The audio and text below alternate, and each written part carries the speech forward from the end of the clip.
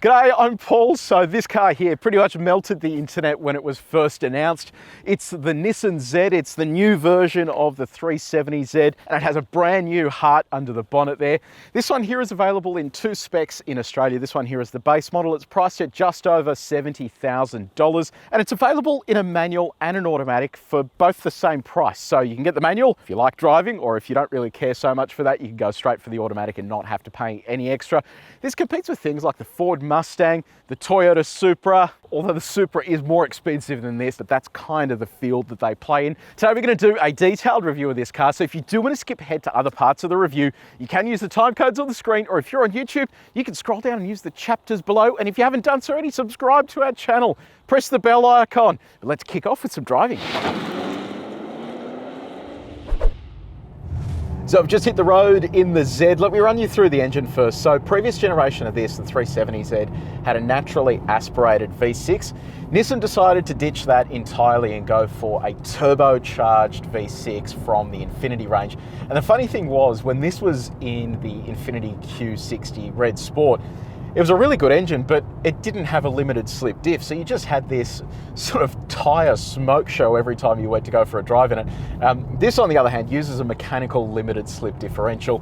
And given that it's turbocharged V6 in what is effectively a pretty light chassis at under 1,600 kilos, it actually makes for a really fun and engaging drive. So 3-litre twin turbo makes just under 300 kilowatts of power and 475 Newton meters of torque. And I know what you're thinking, 475 Newton meters of torque doesn't really sound like a great deal. And I was kind of thinking the same thing when I looked at it on paper. I'm like, that doesn't sound very good. But if I drop this back into second here and wind on the throttle, pins you really nicely back into the seat. I reckon it has way more than 500 Newton meters of torque, and I think they are probably understating that a little bit because it feels really perky. Once you get up it just keeps revving out and it just keeps giving you torque. It is just a really impressive drivetrain, and it matches perfectly with this rear-wheel drive application. Now we're using the 6-speed manual here. I did mention earlier that you can get an automatic as a no-cost option. It's a 9-speed auto, not a dual clutch or anything like that. I'd probably avoid it and just go for the manual because this manual gearbox is actually really nice. So they have a heavy duty exidy clutch in this, so it is sort of designed to take a bit of a battering. The gear shifts themselves feel very similar to the previous generation of Z, which is not such a bad thing. That means you're getting a nice tight throw and it just feels like you're actually doing something here with the gear stick. They have carried over S mode, which is the automatic blipping on downshift. So from 5th here, if I go to 3rd and then to 2nd, it's blipping on its own. You can switch that off by pushing and holding the S mode button, and then you'll see S mode disappears there, and then the shifts are entirely up to you after that point. What about your fuel economy? So fuel economy probably in one of these cars isn't something you should focus on too much, but the official claim is a little under 11 litres per 100 Ks. We are currently sitting on 10.6 litres per 100 K, so that has been predominantly highway driving and a few fangs around here, plus playing around with what the stability control feels like. So I'm actually really impressed with that figure. I was expecting it to be much higher than that, so that's really not a bad setup there. Now, because I'm an engineer as well, I love these gauges up the top here. So you've got voltage, turbo speed, and boost pressure. So if I drop this back to second and we roll onto the throttle, you can see it all building up. So yeah, useless but fun. Now the other cool thing worth mentioning as well is this also comes with a carbon composite drive shaft. So that means you can sort of be pretty brutal with it. And later on when we do the 0 to 100, you kind of launch it from 5,000 RPM and it has a flat shifting mode as well. So it really does cop a beating. So it's good to see they actually have all the hardware they need here. Now my good friend Hiroshi Tamura-san, he was the guy behind all the GTR stuff and also behind the revival of this. He basically said that as long as he's at the company, he doesn't want it to have anything to do with hybrids or electric propulsion effectively. And that's why this stuck with a very tried and true formula. Yes, Nissan didn't spend a huge amount of money, well, they probably did spend a huge amount of money, but not the type of money you would spend on a brand new chassis, which is why a lot of the components under the skin here are common to 370Z. But to be honest, you don't really feel it all that much when you're going at low speeds behind the wheel. This all inside the cabin here feels like a brand new car. Okay, let's pick up the pace here. There is no sort of drive mode selection, so I'm just going to dial back a couple of gears. Far out. really does pin you back in the seat. All right, let's chuck it through our first corner here. It's not too bad. It does have a degree of body roll, sort of compared to something like a Supra. It doesn't sit quite as flat, but all right, it sounds awesome inside the cabin. There is fake noise plumbed into here. I'm curious to know what it sounds like on the outside. In fact, here is a clip from the outside.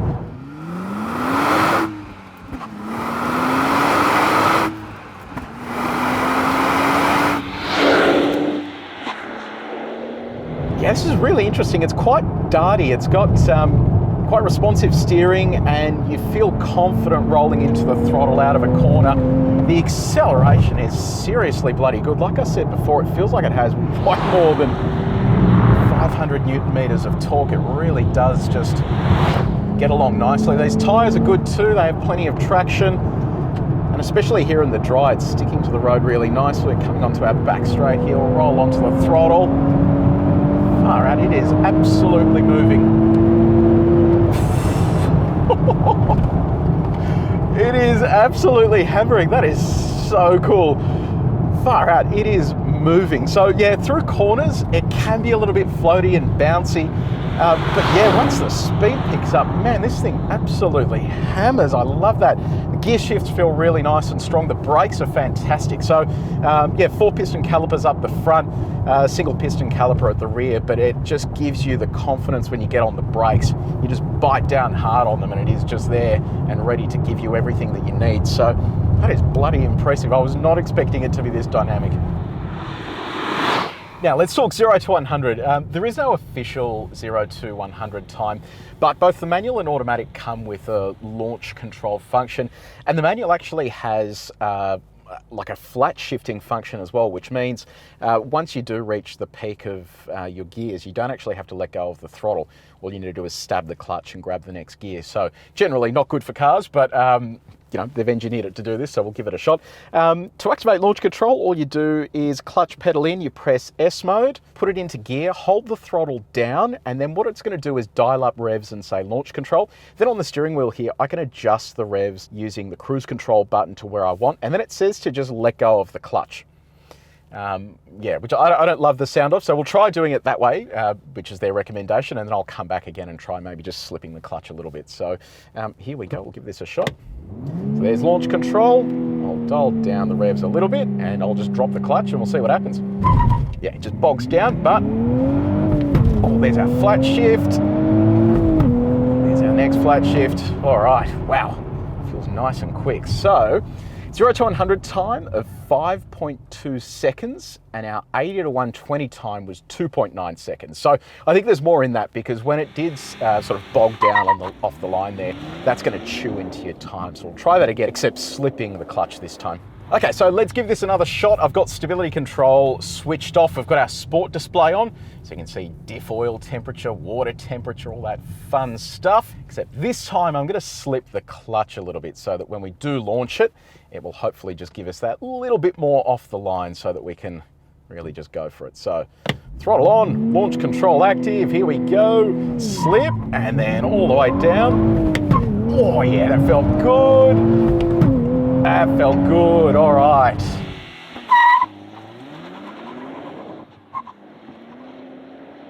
That's better. So 4.9 seconds, 0 to 100, plus all the facial expressions as well. So that was better. And then 80 to 120 was 2.9 seconds. So it's probably a little bit more in there. I might give this one more crack and then see how we go.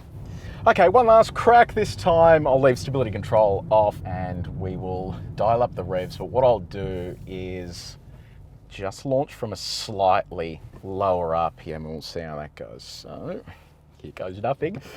Launch control active. We'll dial that back a touch. There we go. Let's give this a shot. Oh, that's better.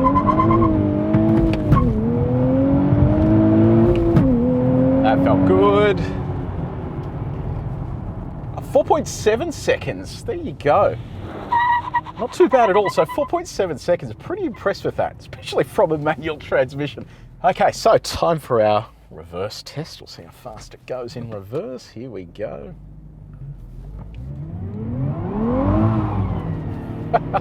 It's spun the wheels in reverse.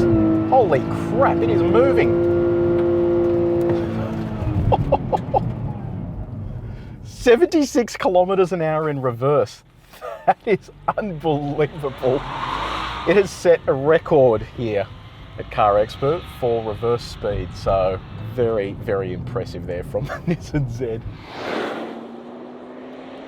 Now, what's your visibility like? So it's actually not too bad. You sit quite low to the ground, given it's a sports car, but you can clearly see down the front there. Wing mirrors are big enough and you've got those blind spot monitors built into there. Visibility at the back is pretty good as well, so really can't complain.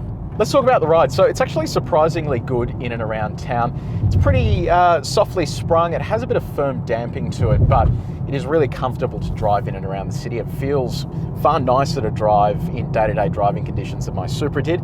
That was kind of a whole lot firmer, whereas this is more of a city dweller. You will notice though, when you are on a country road or coarse chip roads, that it is incredibly boomy inside the cabin. You get a lot of road noise coming into here. It's the same story with the 370Z, and that's something that seems to have carried over from that platform. Yeah, even though this has Bridgestone silent something tyres on it, they don't really seem to be making all that much of a difference when it comes to making the cabin quiet on coarse chip roads. Now, what does that mean for our sine waves? Let me get this up to 130. We'll see what it feels like on here. Given this is softer, in theory, it may mean that it actually bucks about a little bit, but we'll see how he goes. So here's 130 k's an hour. It's actually not too bad at all. So it is a little softer than something like the M4 competition we tested here recently, but it's not earth-shattering, and I think it's a really good compromise there between sportiness and also comfort. So let's talk about the exterior. You've got 9 external colors to pick from. All but red is going to set you back $700, and you can get a black two-tone roof for an additional $500. What do we think about the design? So just in terms of the dimensions, this is almost identical to the Supra in terms of length. There's like 1 millimeter difference. So that gives you a bit of an idea of how big it is. It's pretty light as well. I mentioned earlier, like 1,500 kilos. So it is quite a small, nimble little thing. So down the front here, I wasn't quite sure about the front end design in pictures. I thought it looked a little bit blank off to the sides here with no fog lights and stuff, but here in person, it actually looks pretty good. So you've got that big hole up the front here for cooling, radar sensor down the bottom there, Nissan logo up the top here. It actually looks like quite an imposing car when it approaches. You've got a set of LED headlights with LED daytime running lights, LED indicators. Big fan of that. Now around the side here, this is where you'll find your 19-inch forged alloy wheels. I mentioned the brakes as well when we went for a drive, but this is what they look like. So 4-piston caliper up the front there, 355mm rotor, 350mm at the rear. Yeah, it's not a bad package there, and I love this wheel design as well. That sort of graphite look on the exterior looks fantastic, so they've done a great job with that. In other markets, this is available with an 18-inch alloy wheel and a different set of brakes, but we only get the one specification here in terms of the performance package. Up the top here, you've got black, piano black on that wing mirror, indicator built into there as well. And this is that two-tone setup. I really like that, especially here with the white. This looks fantastic. I've seen the blue and the yellow in person, but this white really gives it that sort of pretty cool character out on the road. It makes it stand out quite a lot. You have this strip that runs all the way down the back of the car there, and that's where you'll find a Z badge as well. This door handle's interesting. So you pull it from the back here, and you've got a button here to lock and unlock using that proximity key. You have a manual keyhole as well. Kind of looks a bit old school. I reckon they should have done something a little different there, but yeah, it is what it is. This is enormous. I have no idea why this is so big. So this is your fuel cap. The fuel filler itself is actually quite small, but the cap is enormous. No idea why it's that size. Reflector on the side there, and then whip around to the back. This is probably my favorite part of the car. I think the rear of this looks absolutely sensational. It really has that Z heritage to it. So you can see along the Z line how they've integrated a lot of those design components. These LED lights look sensational at nighttime. They stand out a lot.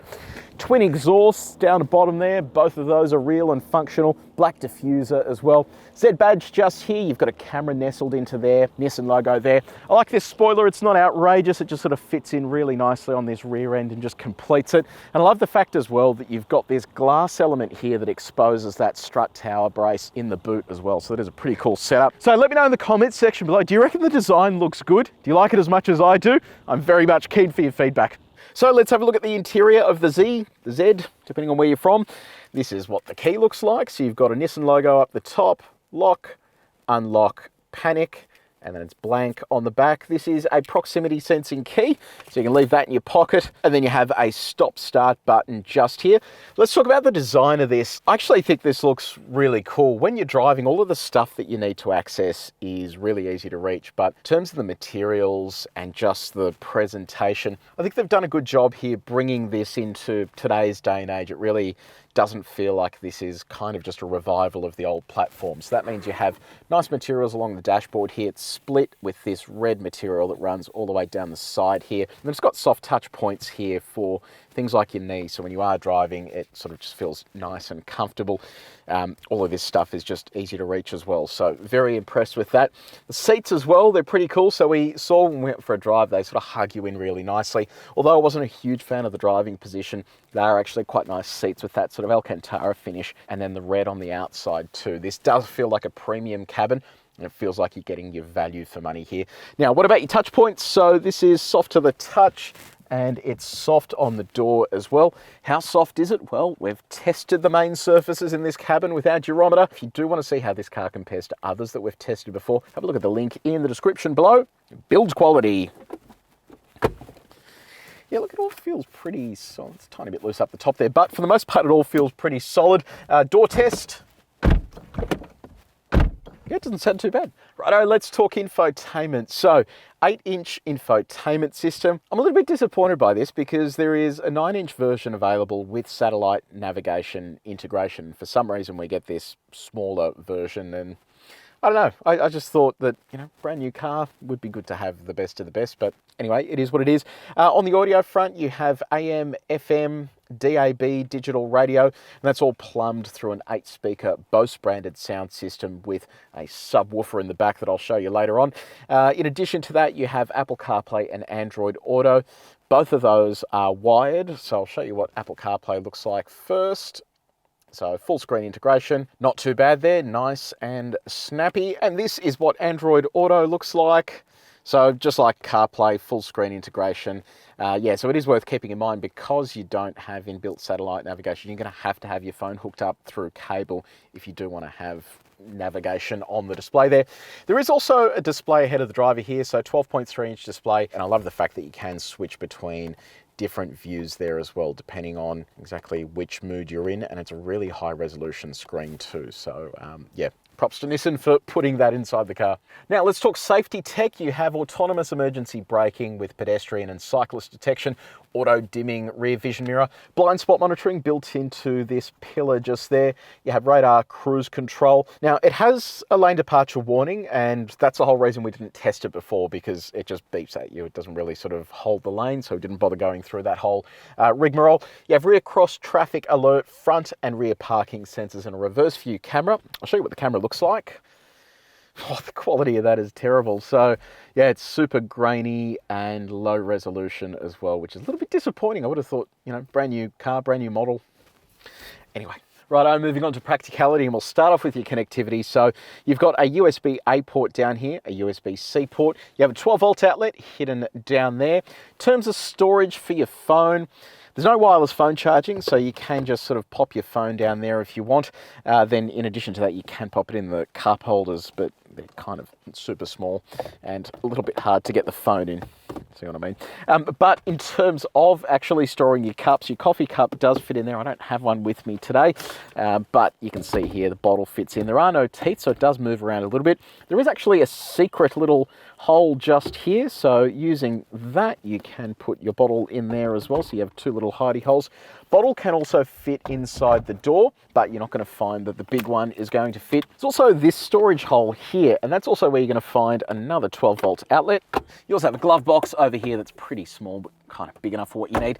Then in addition to that, you actually have storage behind the seat. So even though you don't have 4 seats, you actually do have a couple of little slots in there to put bits and pieces as well. And comfort, how does all this stuff work? Well, it's pretty basic. You have single zone automatic climate control. You then also have heated seats here, a couple of little switches there to go from low to high. Now the seats are interesting because you have electric adjustment to go forwards, backwards, and then for the backrest to go forwards and backwards. But The rest of your controls are manual, but you do have a fair bit of adjustability. You can bring the front of the seat up. You can also bring the back of the seat up as well. So yeah, it is pretty sort of entertaining how much you can actually customize this. And then steering, you can adjust that for both tilt and reach as well. And on our reach test, all of this stuff is easy to reach while you're driving. So let's talk cargo space. Obviously it's a sports car. We're not expecting it to be amazing. Hey, at least there's a button here. In the Supra, there's no button. In terms of the space, it's around 250 litres of cargo space available. So not an earth-shattering amount, but let's see if it fits our gear in. So I hope it fits the laptop bag. So that goes in there. Oh yeah, look at that. I think this will close. Let's give that a shot. Oh, you're joking. Okay, hold on. Please tell me it fits a suitcase. That's crazy. How does it not fit a suitcase? Why would you not just make it a tiny bit higher to fit the suitcase? Let me just quickly try this. I wonder if that works.